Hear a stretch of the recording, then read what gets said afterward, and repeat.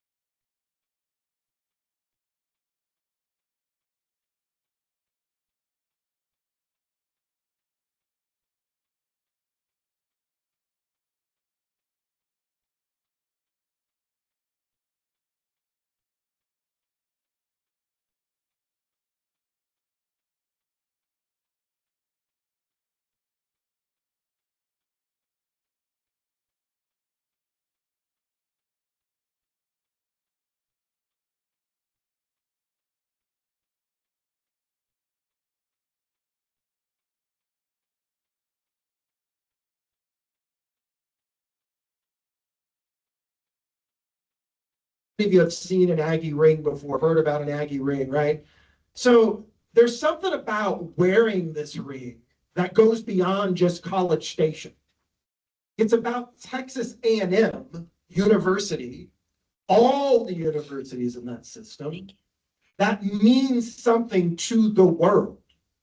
When you go and shake someone's hand and they see that little piece of jewelry, maybe you wouldn't be surprised how many doors that opens up. And when you have the words Texas A&M on your diploma, whether it's College Station, whether it's Kingsville, whether it's here in Victoria, that is a door opener, because the brand of Texas A&M is something very, very significant. And we hope that you students understand and get that, and feel very excited about your education here, maybe even more excited, because you are going to be associated with that brand. So speaking of brand, let's talk about that brand. Now, the Texas A&M brand has these core values: excellence, integrity, leadership, loyalty, respect, selfless service. As I list those things, Russ, which of those things stick out for you in terms of the brand and that you have really leveraged to be the person you are professionally today? Yes, so if you ever need to remember the acronym, it's always RELIS. You can always remember the RELIS campus at Texas A&M University if y'all are familiar with that at all. That helps around brand qualization. But the biggest thing about the brand, it sounds braggadocious, right? Oh, the A&M brand, it means a lot. It opens doors. Really, what it is it's an obligation that you now hold, being within the Texas A&M University system, to uphold. Because what it is an expectation that you will give of yourself to your community above yourself always. It's impactful because it actually means something, because there's a huge expectation that comes with it. That focus of giving, of volunteering, of being for a purpose larger than you, it's a heavy weight sometimes, guys. It really is. But being part of it, it is what's expected as that community. And that's why it's embraced by other Aggies, because that you can trust them, that you can have expectations that they will do their best to meet. Not that we don't fail, we fail often. We have done some crazy things, especially in wildlife. I don't know, we've had disasters. I don't know if y'all remember the whole Yellowstone Park burning down. That's kind of an Aggie grad student that did that fire. Silly Aggies. We killed Lake Conroe. We've done made a lot of mistakes, but we're always learning. And we fixed Lake Conroe as well, and we helped create the management system for Yellowstone National Park as well. So it's not heavy in that you're expected to be perfect by any means, but you're expected to give and give of yourself, and as often as required. Integrity is another one. You do all things as well as you can. Like I said, also fits in excellence, and that's just an expectation. And so it's a network of over 500,000 people just for main campus alone. I don't know, out of the 12 campuses, and there's also, I think, 9 state institutions. Did y'all know that? There's state institutions within the university system: TTI, Texas A&M Forestry Service, Texas A&M Extension Service, TEAS, TEAGS, NERDC, our nuclear. So yeah, and those are all giving aspects and services to the state. So it's a huge part of what we are in the system, and I'm glad it's here, and I think it's going to be a welcome addition to Victoria. Let's talk more about that, because selfless service, because there might be students right here who are thinking, selfless service sounds great, but what do I get out of it? Well, it's called selfless service, first of all, but selfless service does have utility. Yes, you are giving of yourself. Yes, you're trying to make people's lives better, but it does help you too, right? It does make your life better, maybe in ways that you weren't expecting. The best ways. A lot of people, it's heavily marketed today that you go look for happiness in life, right? Who here, excuse my dyslexia, wants to be happy? Raise your hand. Right? Some people are not raising their hand, and that's okay. And You haven't eaten breakfast. pursuit of happiness has always been it's not a bad cause, but it also can be pretty like low value. It's just a feeling at that point. But if you can pursue the sense of joy, um, especially joy through accomplishment, joy through serving others, joy of having impact, it creates positivity. It creates a self-worth that's highly valuable. And so you'll often find when you do give, your sense of joy is a lot higher than the effort you put into the effort, whatever you gave. So that'd be my answer to that. It also tells an employer something about a person's character, right? Because you can have a resume and you can have skill sets, but how important are things like integrity, character, ethics? I always tell students the definition of ethics: doing the right thing even when other people aren't looking. And how important that must be, not just to make yourself feel good about yourself, but to an employer who needs a person who can be trusted in that way. Trust is everything. Anybody who I don't trust would not work for me. But I have, it kind of reminded me of a funny story when I went to purchase the office in Bryan for the founder. He sent me to the bank for a cashier's check for, I think it was 1.3 million. Wow. And Don't see that every day.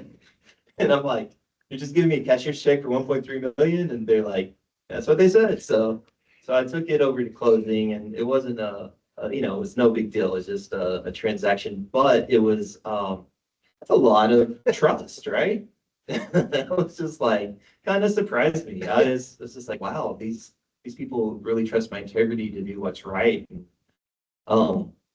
I don't know, that just highlights the trust I guess some employees or employers had in me. But yes, if in fact, one of the aspects of trust is tenure. You'll see a lot of people, if you bounce from job to job on resumes, a lot of people won't trust that you'll be there for them when it gets hard, or when you have to go through something. In small businesses, we go through ups and downs nonstop, especially starting out here. We started from ground zero, and it was a rough first 5 years, but we survived. But without loyalty and trust of my employees, like, it was just been me on the desk. Maybe I had to bring Libby up or something, but but I could say Mariana, she trusted me. She started off as my front office person. She was a pipe fitter over in Formosa, and now she's managing an office and has her own employees. And she had never seen herself in that, but through her own hard work and loyalty and the trust I have in her has been able to accomplish that. So trust is everything. Outstanding. I've done a lot of talking, but you know who hasn't? Our audience.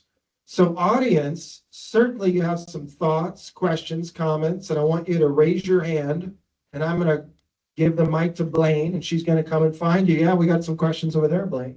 Go find that guy.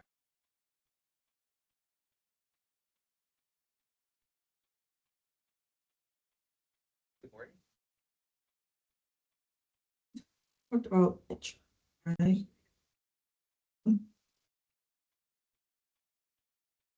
You kind of talked about trust. How important is that? How important is it in not just professional, like in everyday life? In everyday relationships, how important is trust in everyday Not relationships? Not just relationships. In life in general. Well, man, it is, I mean, y'all tell me, would you work for someone you didn't trust? I mean, if that paycheck isn't coming, that's a lot of trust. You just put in 40 hours of work. So trust is what the world runs on, I'd say. So whether it's a diplomatic issue, trust that we're going to do what we say we're going to do as a country, trust that people's intentions for you are good. I mean, just driving. I mean, how much are you trusting people with 1,000-pound vehicles around you every day going 70 miles an hour? I mean, and there's just a painted line between you and you trust they're not going to hit you. Like, that's a lot of trust. And so it's foundational to everyday life. It's actually in all things. When you look at it, I mean, you can walk into a store and you could run out, but they trust that you're not going to typically, right? And so I think it's foundational, and it's really what a lot of our society is built on.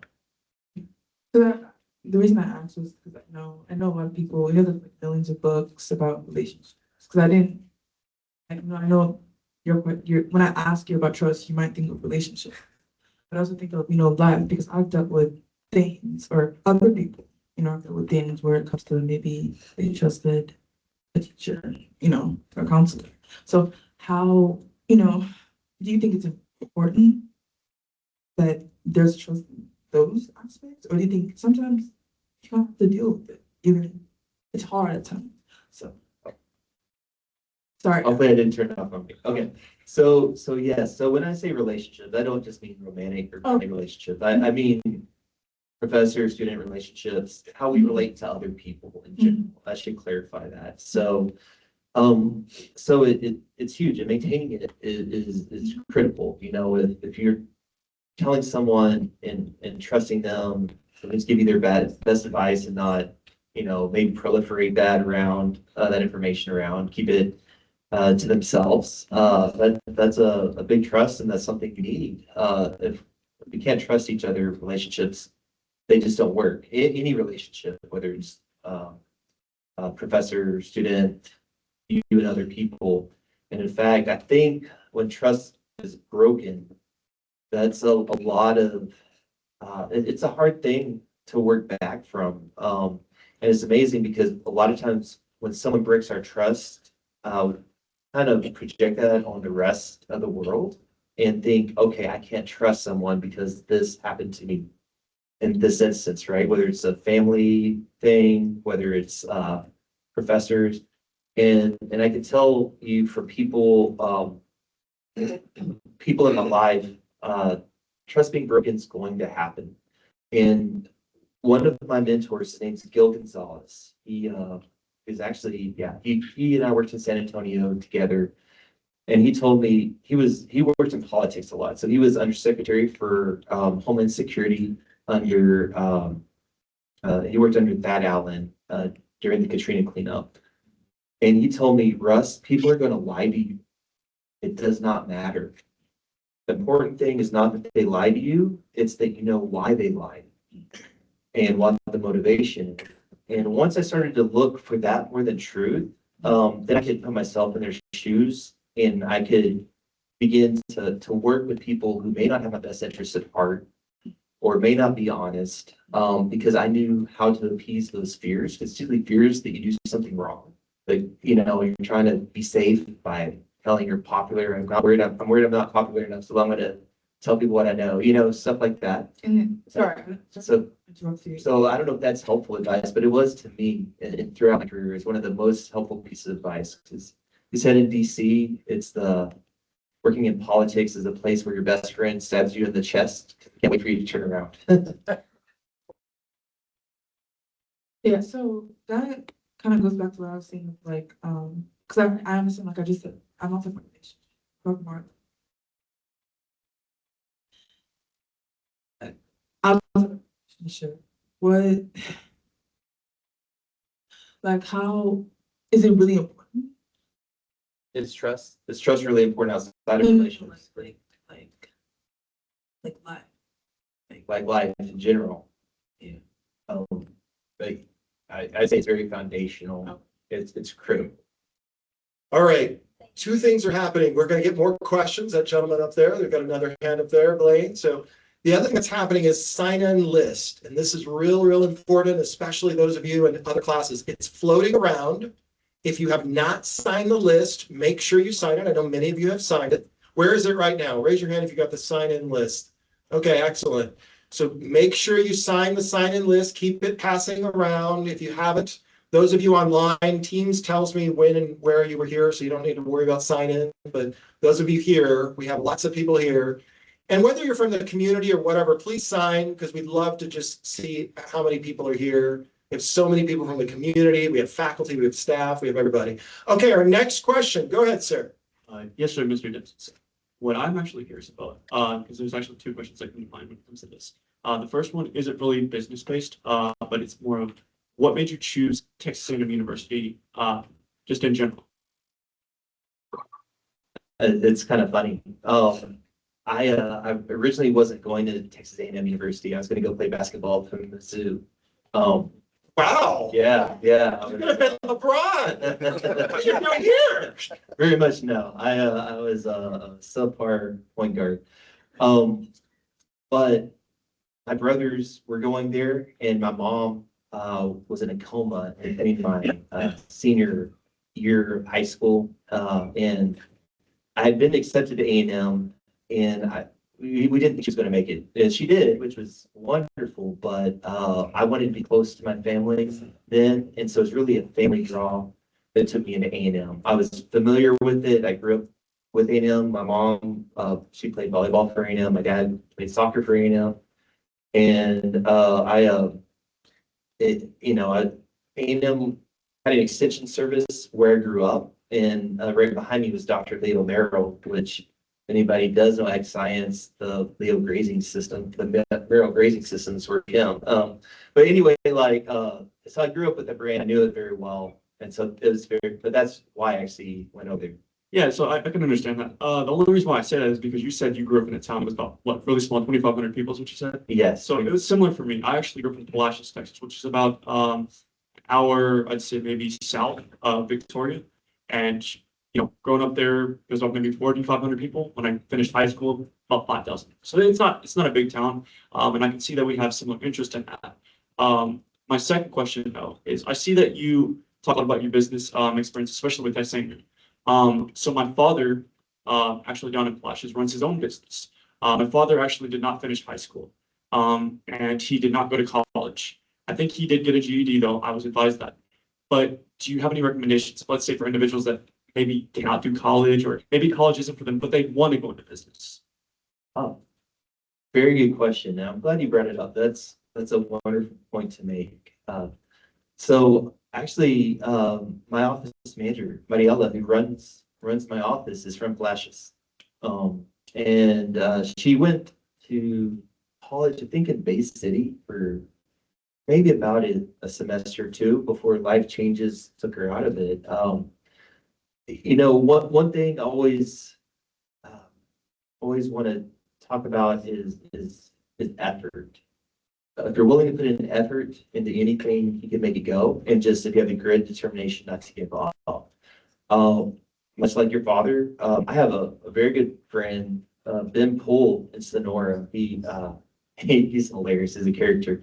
He started his business at a gas station selling clothes out of the trunk of his women's clothes out of the trunk of his car. And he also didn't go to college. But through his sales, by the time I left, I think his net valuation was probably about $50 million out of a town of 2,500 people, right? There's this little business he helped start off called, I don't know if anybody's heard of it, Multichem. It was bought by Halliburton for like over $2 billion. And it started off next to my high school with a little drum of chemicals, a 55-gallon drum, one of our friends with a stick stirring it, and a chemist from A&M. So it turned into a really large global company. So actually at one point it was the fastest growing company in the world. So small things can come out of, or huge things can come out of small starts and big effort. That's probably the acknowledgement to that. And You know, some people said, I've heard them say, I wanted a degree so I don't have to work hard. And that is the antithesis of what you want. You want a degree so that you can accelerate your hard work always. When you get out of here, you're going to have to work hard, just like people who didn't have degrees. And if you're not willing to, you're doing it for purely academic reasons. If that makes sense. Yes, sir. Thank you so much for that. All right, we're gonna get some more questions here. Just a sec. Let me go online real quick. We got some questions coming in. First, will the fall graduates have access to the A&M ring next spring? And best I could say, Eric, is I don't know the answer, but I think the answer is the A&M Aggie ring for the College Station is for College Station. I don't think the other, and Russ, you might know more about this. Yeah, there's the Aggie Ring. There are two campuses that are eligible for the Aggie Ring, main campus, and then Galveston, the Sea Aggies, which is actually an extension of the main campus. So it's considered part of main campus. It's where we have our navigational education component. Because if you don't know, A&M's a land, sea grant, and space grant school. We're all three. So we actually have mainline campuses that deal with space, deal with navigation, and deal with land grant, a lot of like farming, things like that, agriculture. Thank you, sir. Let's go to Reese. Reese, do you have a question you want to say? Go ahead and turn your camera on and let us know.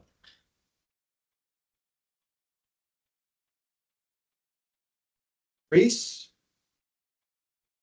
Okay, well, waiting on Reese. Yep, Let's I'm go here. to another I'm here. others. I'm Nope, here. I'm okay. here. So, Mr. Woodrow, what is your view on the political and economic state of the world right now?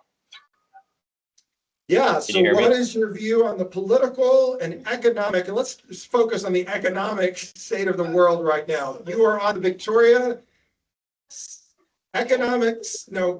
Victoria Sales Tax Development Corporation. What is your Yes. view on the economic? And people who don't know what the sales tax board is here, we're the Type B sales tax board.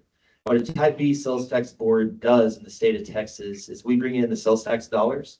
And so, and Victoria is about between 16 to 18 million a year. And then we Yeah, it's figure out how to ridiculous. best invest that for Victoria, for economic development and life, development purposes as well. So, it's dual scoped, community development as well as economic development. And a lot of it's already committed from previous planning, but my board, we allocate about a little over 8 million a year on that board. And so we actually involve a lot. We're involved a lot in economic decisions. And I'm just curious, like how many people are aware of regional economics here, what the main industries are, things like that. So one of the things that actually brought me to Victoria was what I call good economic bones. There are tremendous industries here, but they're built on the backbone of some incredible assets that we have. We have what's going to be a deep water port over in Port Calhoun. We have a barge port that comes 35 miles all the way up to Victoria. Did anybody know there are barges driven here? Like, if you ever get a chance, drive out to Port of Victoria. I thought it was a rail port when I first moved here, and then I'm like, is that a barge? Oh my God. And so these and we have multiple railways. We have 3 tier 1 rail services that come to Victoria. We have a future interstate highway. Like, we are poised to be a king in logistics, new technologies, and currently we have over 10. I think it's closer to 20, but we have over $10 billion of new investment looking at Victoria alone. So, Wow. yeah, everything from rare earth minerals. Y'all been hearing about the global deals over with Australia, with Trump signing for rare earth mineral rights over there. Like uranium. Like uranium. Also, cobalt, nickel are 2 important ones. And then they go over to Malaysia. So where does this next stop? Malaysia, because that's where they separate and take all the radioactive isotopes out of the slurries, which is kind of cool. And then the other cool thing right now, the only place they're slated to go is Seadrift, Texas. Anybody know that? That's pretty cool. So that's a multi-billion-dollar investment with the Department of Defense to bring about that production to the area so we can build our own weapon systems and chips and important parts for batteries for EVs. And we'll be the only place in the world outside of China that has one of those processing factories. We'll be right here in our area. And who knows what that's going to bring. It's going to bring a lot. So on that point, can I just say, people say, oh, Victoria sucks. I hate Victoria. I can't wait to get out of this stupid place. I'm gonna go to Austin or that. And then they come. Okay? And then you hear what Russ just said. What was the billion? How many billions of dollars? Well over 10. I think it's close to $10 20. billion of people wanting to come to Victoria. So what does that mean? More jobs, better jobs, more infrastructure, not happy with the restaurants, want more restaurants, want more things to do, want better schools. All of that comes with more economic development, right? So little old Victoria, not so little anymore, right? Little. Go ahead. Well, yeah, and was your question more with the tariffs, Reese, like things like that, tariffs impact?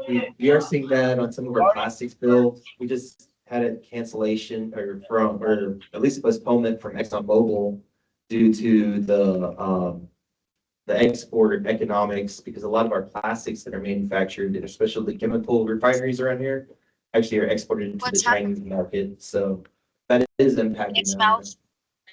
So Reese, before you follow up, so we're getting close to 10:30, but I know the classes don't end until 10:45. So those of you in class, feel free to still stay. I know others might have to drop off at 10:30, but most of the people here, I think, are in a class. So the class ends at 10:45, so we've still got about 15 more minutes for questions. But Reese, did that answer what you wanted?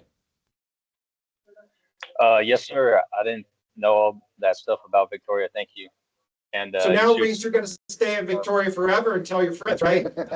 And next time yes, when Reese, someone says Victoria sucks, I'm getting out of here, you're going to tell them that, right, Reese? Yes, sir. Reese, you thought about it too long. I saw your eyes. That's good. All right, in-person questions. Who else we got, Blaine? We got some more hands. So I actually had a question based off of your business.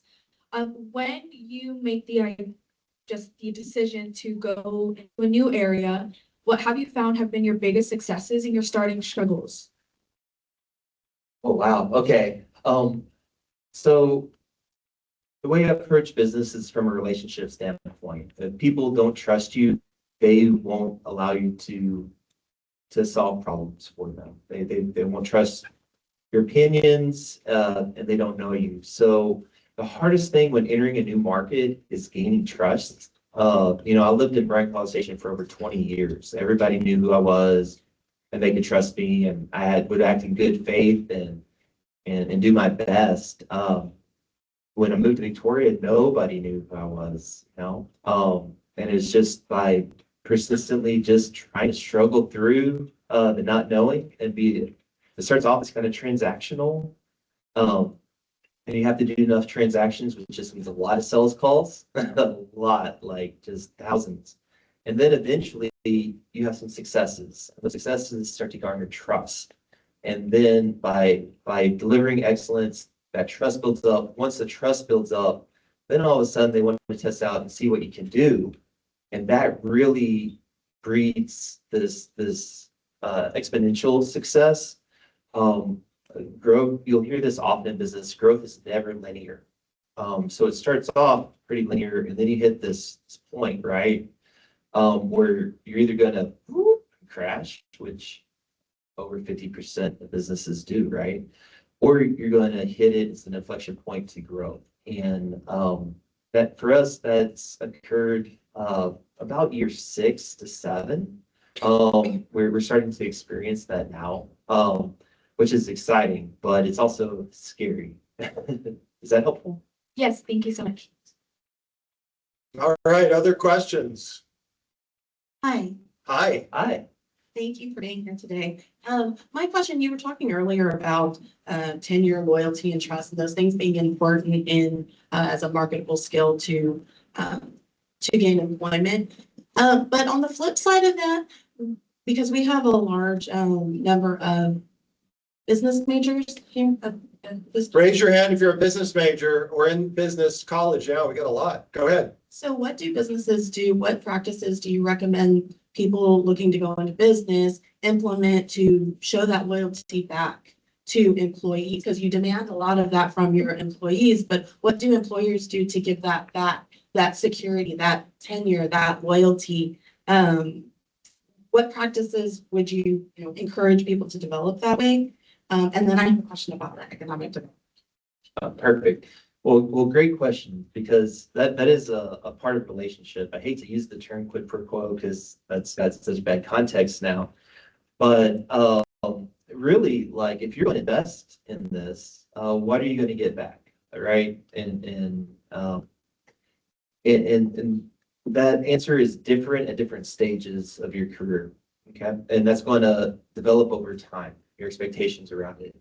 At first, you're going to come out of academia and you're going to get to experience what people deem the real world, for whatever that is. And it's different for everybody. But in my experience during that time, you'll put in a lot of effort and you won't get much back for it. Financially, you'll be probably underpaid if you're in a big city.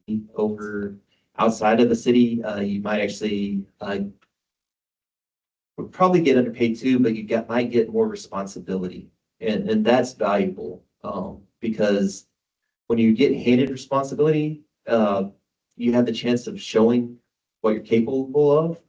And that's where you really create that investability by a company. So what should the company do?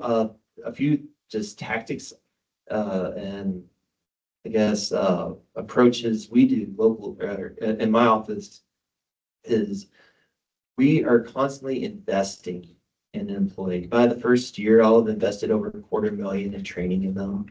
And a lot of businesses find that quite scary because, and there's an old adage, the CFO says, well, what if they don't stay and we spend this money investing in them?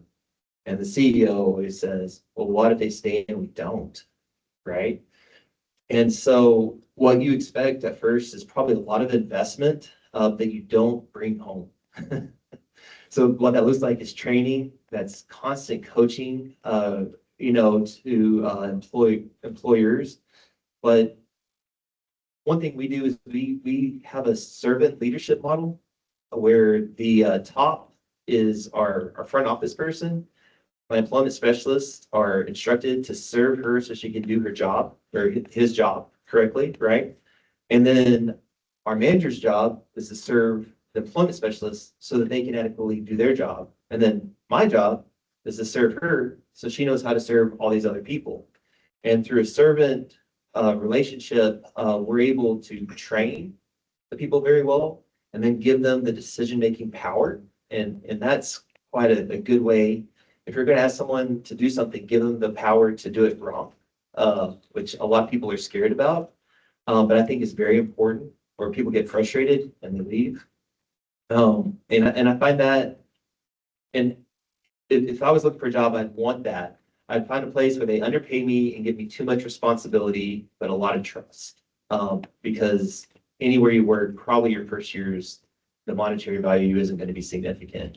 You're going to make the most money typically between the ages of 45 to 55.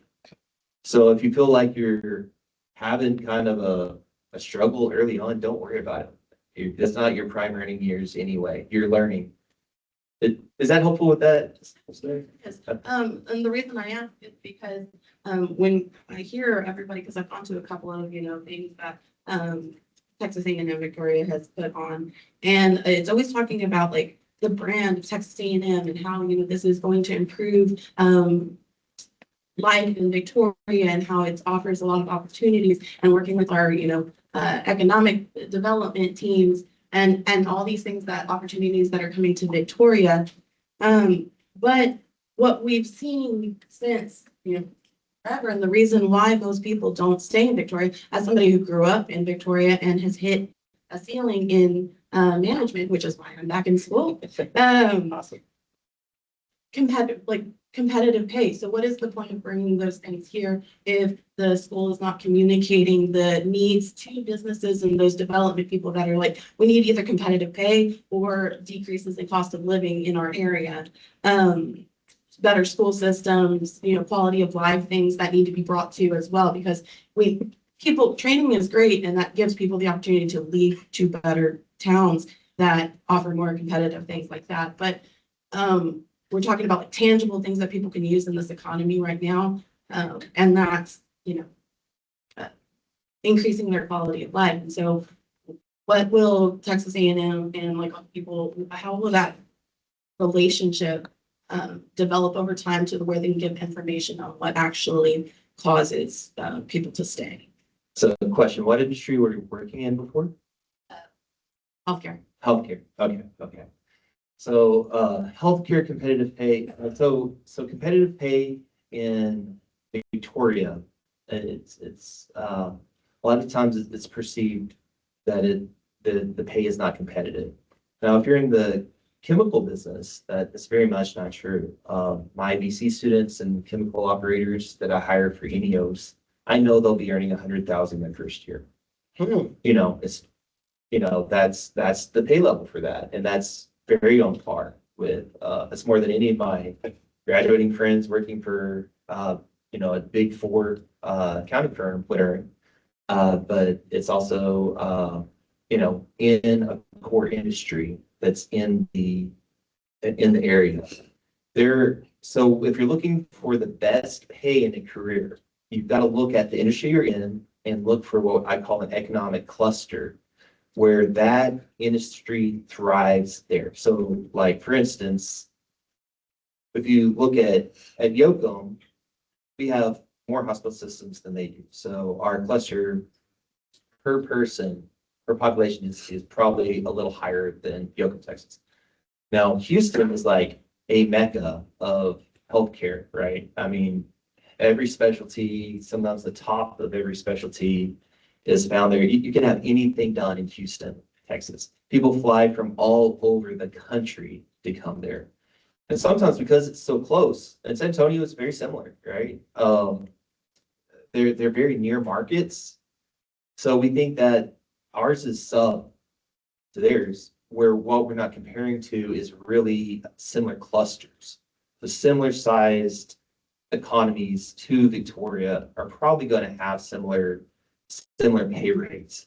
And so if the pay rate is a significant factor, you want to find the industries that are core to where you live. Here, say it's oil and gas on the western shed in the Eagleford. That's a little scary because it's up and down like crazy. We've got the specialty chemical plants on the eastern side. We have a lot of agriculture and food production manufacturing up in kind of the DeWitt County, Yoakum, Shiner area. A lot of manufacturing up towards the I-10 corridor. And then here we do have healthcare. We have two health systems, three if you count Pam, I guess, in town. But anyway, that's just tidbit. Kind of look for, know your market in that. Now, as far as the economic development and the opportunities for Texas A&M University-Victoria, one of the great things about it is it's a good match to our local economy. The engineering degrees that are coming in very much will support what we do here. And so if you want to stay here, it'll really match with that a little better. The ag business majors, I don't know if y'all knew that, they've announced there's gonna be, I think it's in 2, maybe 3 years, an ag business program that focuses on agriculture, which is also a key cluster here. And so it's going to be better aligned with our native population as well, our regional communities and what the core clusters are with the university. And that should spur things like innovation and bring in these larger companies that are looking to come in And I can already tell you, one of them like has 70 jobs and their lowest jobs in the six figures, including the admin side. So it, that's how evolve. Well, it starts with primary industry, then it goes to secondary industry, which are manufactured product improvement subs. And then that brings the raise in tertiary industries, which are the service sector, healthcare, main focus in that because, it depends on density, how many people you have coming to the hospital, things like that. Those entry-level jobs are, Some of them are, some of them, it depends on, a lot of them are actually entry level, but it depends on discipline. So an entry level, engineering job, wouldn't be, it's entry level, but it wouldn't be for a business major, right? Okay, we are running out of time and I'm so sorry, people with questions, but I know other folks have got to get to an 11 o'clock class. They have other obligations, so we're going to wrap it up. If you do have questions, please stay after and ask Russ. He's going to be here. Get his card, get his phone number. He'd love to chat with you. This is a great opportunity. We talk about networking to network. So let me just give Russ, before we all get up and leave, let me just give him an opportunity to give us last words of advice, Rush, before these people literally get up and leave the room. Your last words of advice for these folks. Oh man, just enjoy your time here, enjoy your community, get to know it. There is a lot, unlike Mr. Lags here. I mean, he started a dynasty of the store just out of Victoria. Get to know what's around you, and I think you'll be impressed. So thank you everybody for your time. I really appreciate y'all getting up this morning. Let's give him a big hand. Thank you. And make sure you sign the sign-in list. It's floating around. I want to thank all of you for coming. Please come next month. We'll have more programs and come visit with Russ if you'd like to. Thank you. Yeah.